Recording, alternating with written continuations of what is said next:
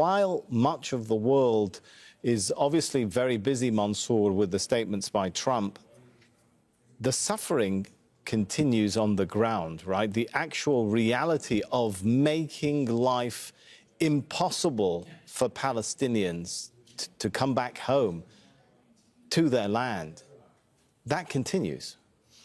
Yeah, I think that's accurate. I think the world has seen that the people in Gaza want to stay there, despite any kind of political, military, lack of resources, pressures. They want to stay. They want to remain steadfast on their land. And right now, one of the biggest opportunities is that they are facing right now is that the lack of clean water in the north, the lack of proper caravans or modular houses or even quality tents. You know, as per the agreement signed, there were supposed to be 600 trucks a day that come in. 50% of the trucks were supposed to go to the north. Right now, less than 20% goes to the north. And until now... And even that number, I mean, 600 trucks for a population of 2.3 million before the war, that's hardly enough, right? Yes, I agree. To sustain life, let alone rebuild.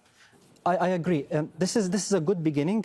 I think the people in Gaza are seeing that there's enough food, there's enough hygiene products, enough consumables in the market. But I think that the Israelis are particularly, like you said, not wanting the Palestinians to remain steadfast on their land in the north, especially.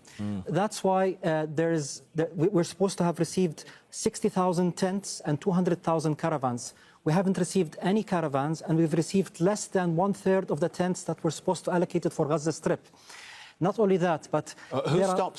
Let me stop you there and ask why. Who stops more than 1/3 of tents, for example, coming in? So the information I have on the ground is that the Israeli authorities in the north and the south, they pick and choose what gets through. And a lot of the high-quality tents are refused. Only low-quality tents are let through. And until now, not a single modular house or caravan has been allowed into Gaza as of now for the residents, especially those in the north.